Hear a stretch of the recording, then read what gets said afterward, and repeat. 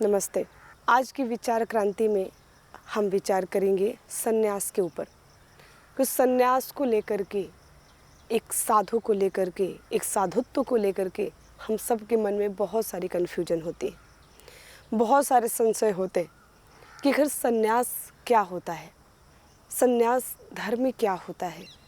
हम उसको न समझ करके और अपने जीवन को हम छोटी छोटी लालसाओं में, छोटे छोटे कार्यों में हम अपने इतने अनमोल जीवन को हम व्यर्थ कर देते हैं।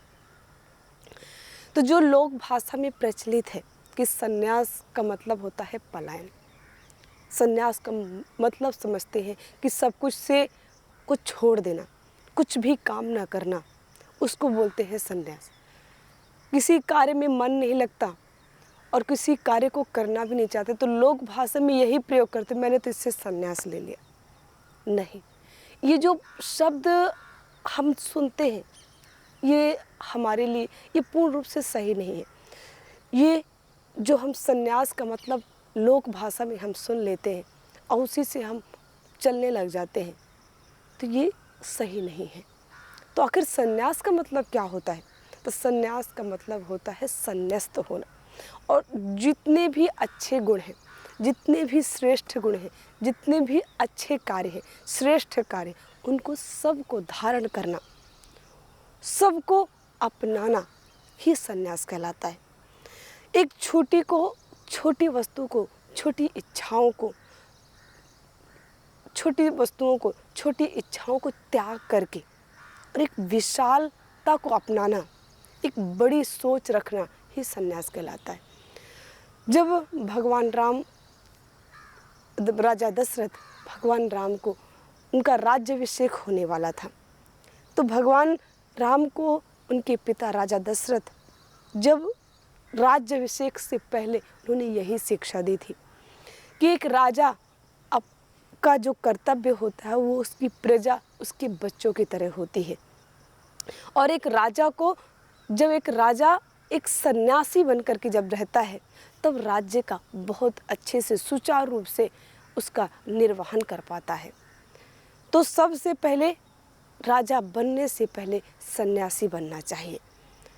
तो सब कुछ बनो, सब कुछ कार्यों को करो, लेकिन अपने धर्म को संन्यास में योगी को बनते हुए, योगी में रहते, योग में रहते हुए, धर्म के मार्ग पर चलते हुए, तो राजा दशरथ ने भगवान राम को यही शिक्षा दी थी कि सब कुछ को करना है, राज्य को चलाना है, लेकिन राज्य को चलाने के लिए, राजा बनने के लिए राजा वो सन्यासी राजा होना चाहिए।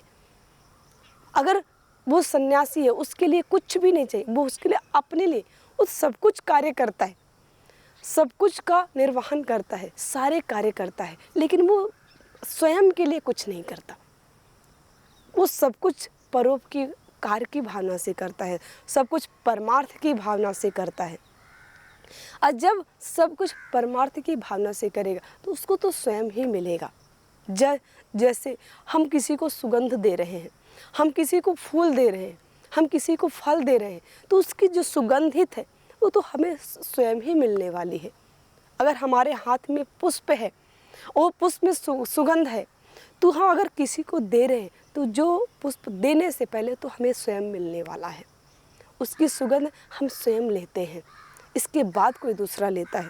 तो जो कुछ भी हम कार्य करते हैं उसका फल तो हमें स्वयं मिलता ही है, लेकिन उस हमें स्वयं की भावना से, हमें स्वयं चाहिए, हम अपने लिए काम कर रहे हैं, इस अपने शरीर के लिए कार्य कर रहे हैं, इस भावना को त्याग करके जो कार्य करता है वही सन्यासी कहलाता है।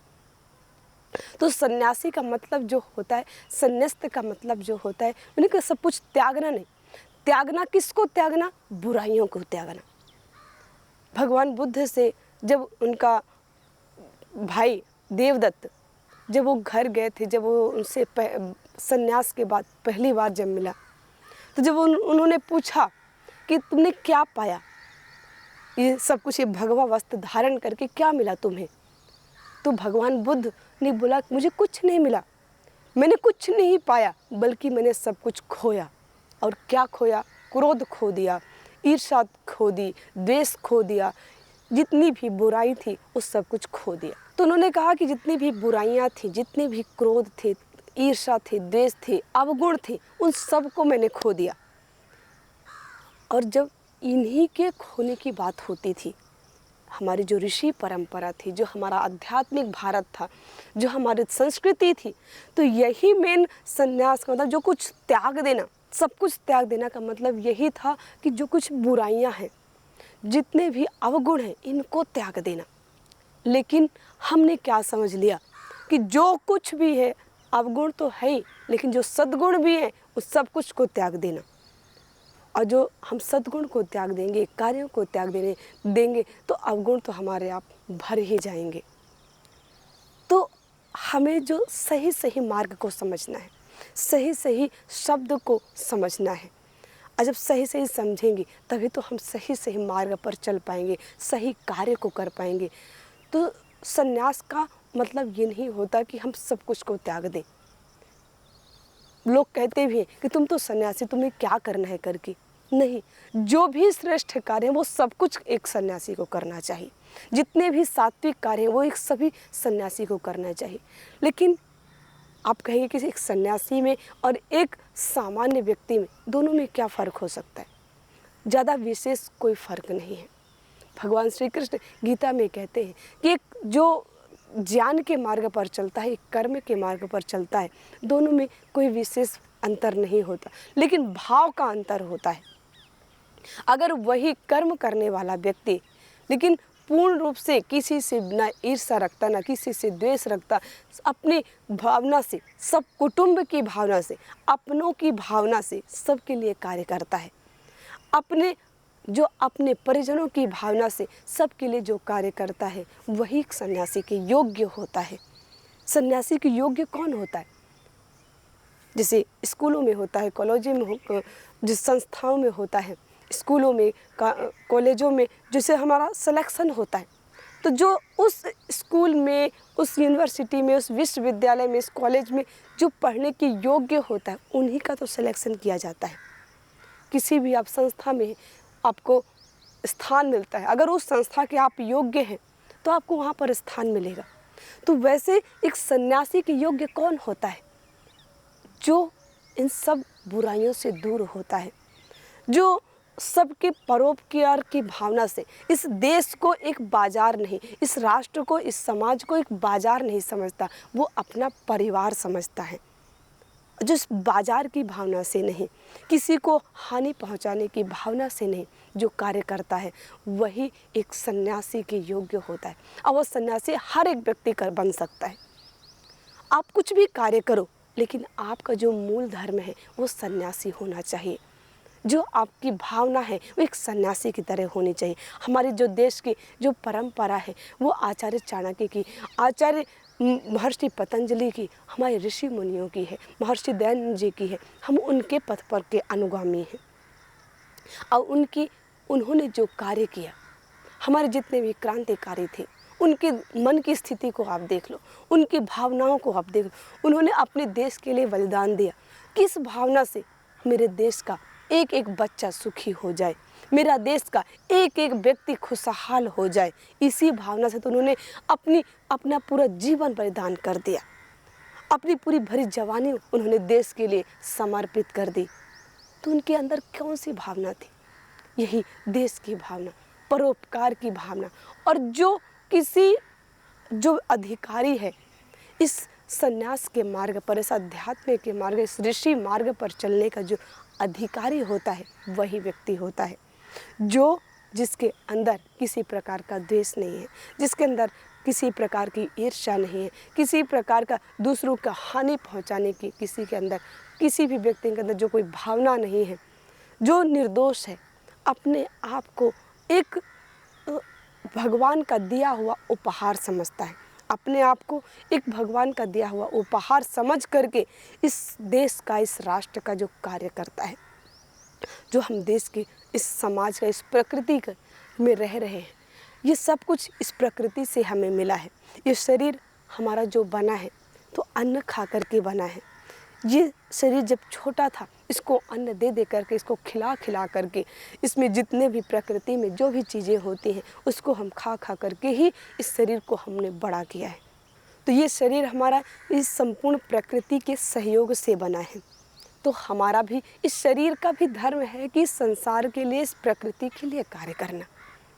और कोई बच्चा अपने माता पिता, जब वो बच्चा छोटा होता है तो माता पिता उसका कितना ख्याल रखते हैं, बचपन से ही और बड़ों तक उसको पढ़ाते लिखाते, उसको योग्य बनाते हैं। और अगर वो बच्चा योग्य बनने के बाद तो अपने माता पिता का ख्याल ना रखे, अपने माता पिता का सम्मान ना करे, तो फिर कितना दुख की बात होती है, कितने शर्म की बात होती है कि एक बच्चा होकर करके, एक बालक होकर, एक पुत्र होकर के अपने माता पिता का ख्याल नहीं रखता, उनकी भावनाओं का कद्र नहीं करता, तो कितनी शर्म की बात होती है। तो वैसे ही एक छोटे उदाहरण में समझते हैं, एक तो बड़ा उदाहरण है। ये हमारा शरीर, ये हमारा प्रकृति से बना है, इस संसार के सहयोग से बना है। तो इसका जो उपयोग होना चाहिए, इसकी जो कार्य क्षमता होनी चाहिए, इसका जो कार्य का करने की जो योग्यता होनी चाहिए, वो संपूर्ण प्रकृति के प्रति होनी चाहिए, संपूर्ण संसार के प्रति होनी चाहिए। तो संन्यास का हम जो आज विचार कर रहे हैं कि संन्यास वास्तव में क्या होता है। संन्यास में मतलब कि जितने भी श्रेष्ठ गुणों को धारण करना और अवगुणों को निकालना, अवगुणों को निकाल फेंकना, यही संन्यास कहलाता है।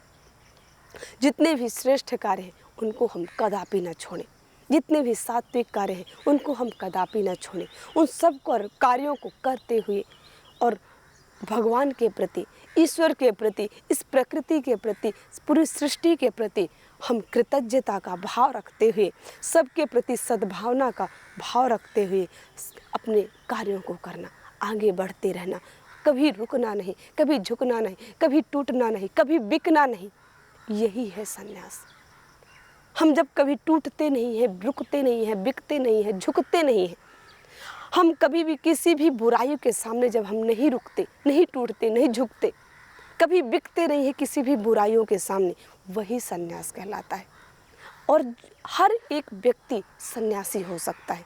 हर एक व्यक्ति, हम कुछ भी कार्यों को करें, हम डॉक्टरी करें, हम प्रोफेसरी करें, कुछ भी करें, हम एक शिक्षक के क्षेत्र में जाएं, हम इंजीनियर के क्षेत्र में जाएं, हम कार्यों को कुछ भी करें, कार्यों को करने के लिए कोई प्रतिबद्ध नहीं है कि हमें यही करना है। हम हर कार्य, हम स्वतंत्र हैं, उसमें परतंत्र नहीं है, हम स्वतंत्र हैं। हर एक व्यक्ति स्वतंत्र है अपने कार्यों को चुनने के लिए। लेकिन जो हमारा जो अंतिम लक्ष्य है, जो अंतिम मूल है हमारा, जो हमारा वास्तविक, जो हमारा स्वभाव है, वो हमारा संन्यास का, संन्यास धर्म का। तो हम सब कुछ को करते हुए, सभी कार्यों का निर्वहन करते हुए जो हमें बनना है, वो हमें सन्यासी बनना है। जब हम योगी बनना है, जब हम योगी बनेंगे, हम हर कार्यों के पीछे के साथ साथ अगर हम योगी भी होंगे तो हर कार्य को हम बड़ी ही कुशलता से करेंगे। जो योगी होता है वो सभी कार्यों को कुशलता से करता है। जो कुशलता से करता है वही एक योगी कहलाता है। तो हम सभी कार्यों को करें, जिस समय परिस्थिति के अनुसार, काल देश परिस्थिति के अनुसार जिस समय जिस कार्यों की आवश्यकता है तो उस समय उस कार्यों का हम निर्वहन करें। अब जैसे अभी महामारी चल रही है, अभी कोरोना का काल चल रहा है, ये एक वायरस का काल चल रहा है, तो अभी हम सबका कर्तव्य बनता है कि हम अपने स्वास्थ्य को ध्यान में रखें, अपने खान पान पर हम ध्यान दें, थोड़ा हम एक्सरसाइज करें, प्राणायाम करें, व्यायाम करें और अपने आप को स्वस्थ रखें, स्वच्छ रखें, थोड़ा सी दूरी बना करके रखें। जितने भी हम ये उपाय हैं इनको करें। इस समय हमें अपनी ऊर्जा शक्ति को, हमें अपनी क्षमता को इस समय हमें बढ़ाना है। तो इस समय का देश काल परिस्थिति जिस समय जो मांगती है उस समय हमें उसके अनुसार कार्य करना है। लेकिन हम सब कुछ करते हुए एक योगी की भूमिका में रहेंगे, एक सन्यासी की भूमिका में रहेंगे तो हम कभी विचलित नहीं होंगे। लेकिन हम जब केवल कार्यों को ही अपना धर्म समझ लेते हैं। जब हम कार्यों पर ही केवल स्थिर हो जाते हैं कि नहीं, मैं एक शिक्षक हूँ तो केवल शिक्षक हूँ, मेरा बाकी कोई कर्तव्य नहीं है। मैं विद्यार्थियों को पढ़ाने के लिए जाता हूँ। अब वो विद्यार्थी पढ़े ना पढ़े, अच्छे बने ना बने, उनके संस्कार अच्छे हो ना हो, मेरा कर्तव्य है केवल जा कर के क्लास में एंट्री देना, जो लेक्चर है उसको पूरा करना और वापस चले आना। जो व्यक्ति हम अगर यहाँ तक सीमित हो जाते हैं, कोई डॉक्टर है, उसका कर्तव्य है कोई मरीज आया उसको देख लिया, उसकी दवाइयाँ लिख दी, और ठीक हो ना ठीक हो, अगर एक बार में दवाइयाँ लिख दी, ठीक हुआ, खा लिया तो ठीक हुआ तो ठीक हो गया, नहीं तो दोबारा आया, दोबारा उसको फिर से दवाइयाँ लिख दिया। उसके प्रति कोई सद्भावना नहीं, उसके प्रति कोई संवेदना नहीं, उसको अपना ना समझना, केवल अपना काम करना, मतलब उसको अपने धर्म ना समझना, उस कार्य को उस व्यापार समझ लेना, ये सब कुछ हमें तोड़ देता है। यही तो हमारे विनाश का कारण बन सकता है। तो हम अपने कार्य को अपना धर्म समझें। हमारा धर्म है, जैसे कोई शिक्षक है, उस शिक्षक का धर्म है कि वो अपने बच्चों को, जितने भी उसके स्कूल में, जितने उसके विद्यालय में, विश्वविद्यालय में जितने भी बच्चे हैं, उनको शिक्षा के साथ साथ उनको संस्कार भी दे। वो अपने उस समय वो अपनी ड्यूटी ने समझ करके अपना कर्तव्य समझे कि मेरा कर्तव्य है इन बच्चों को उभारना, इन बच्चों को आगे बढ़ाना। कुछ विषयों का नॉलेज हो जाना, कुछ विषयों का ज्ञान हो जाना बहुत बड़ी बात नहीं होती, कुछ भाषाओं का भी ज्ञान हो जाना ये भी बहुत बड़ी बात नहीं होती, लेकिन एक जीवन का बोध होना, एक जीवन को आगे बढ़ाना, एक जीवन की समझ होना, ये सबसे बड़ी बात होती है। क्योंकि हम सब कुछ करते हुए, हम जब बचपन में छोटे से होते हैं, जब हम फर्स्ट क्लास सेकंड क्लास में पढ़ते हैं तो हमें बहुत अच्छा लगता है। अगर हमने फर्स्ट क्लास पास कर ली, हम सेकंड क्लास में जाते हैं, जब हमें नई नई पुस्तकें मिलती हैं, नए नए हम स्कूल में क्लास में जब एंट्री करते हैं, हमें बहुत अच्छा लगता है।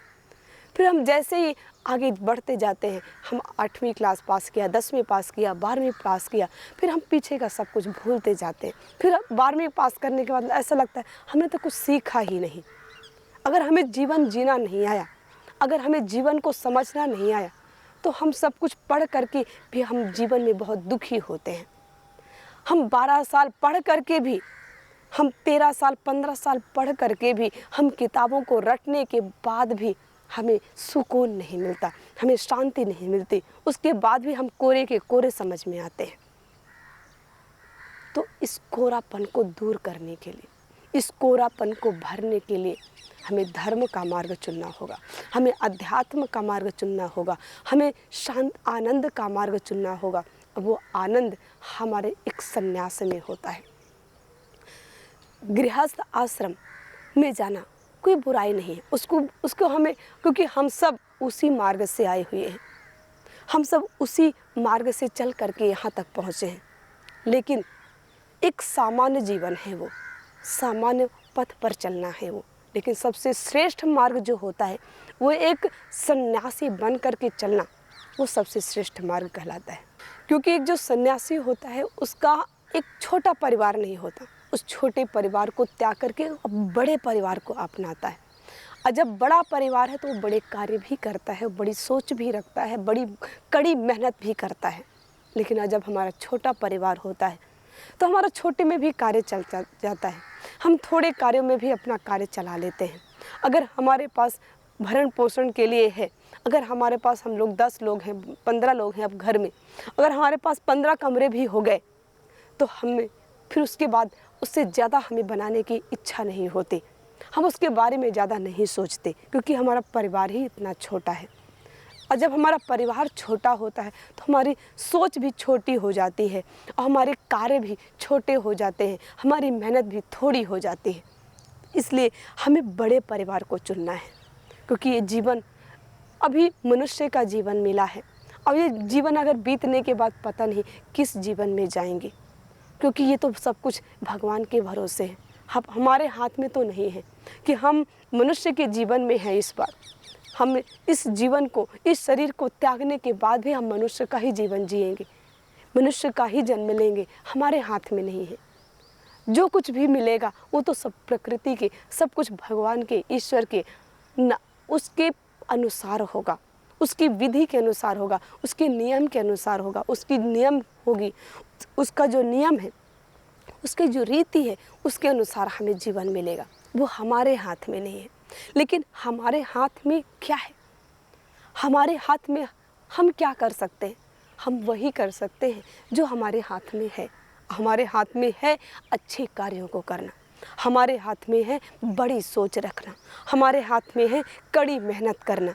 अगर हम सब कुछ इस जीवन के रहते हुए हमने कर लिया, हम बहुत आनंद से जीवन जी पाएंगे और जिएंगे, और आगे भी हमारा भविष्य भी बहुत आनंदमय होगा। जिसका वर्तमान आनंदमय होता है, जिसका वर्तमान बहुत अच्छा होता है, उसका भविष्य भी बहुत अच्छा होता है। लेकिन हम वर्तमान में तो बहुत दुखी हैं, बहुत चिंतित हैं, बहुत संशय में हैं, तो हमारा भविष्य भी वैसे ही गुजरेगा। तो हमें बड़ी सोच रखिए। हमें मनुष्य का जीवन मिला है, हम बड़ी सोच रखने के लिए मिला है, अपने धर्म को समझने के लिए, अपनी संस्कृति को समझने के लिए। छोटे छोटे कार्यों को करने में अपने जीवन को न बर्बाद करें। कोई कार्य छोटा नहीं होता। जैसे मैंने कहा, छोटा कार्य वो कब बन जाता है, इसे कहते हैं छोटा कार्य वो कब बनता है? जब हमारी छोटी सोच होती है।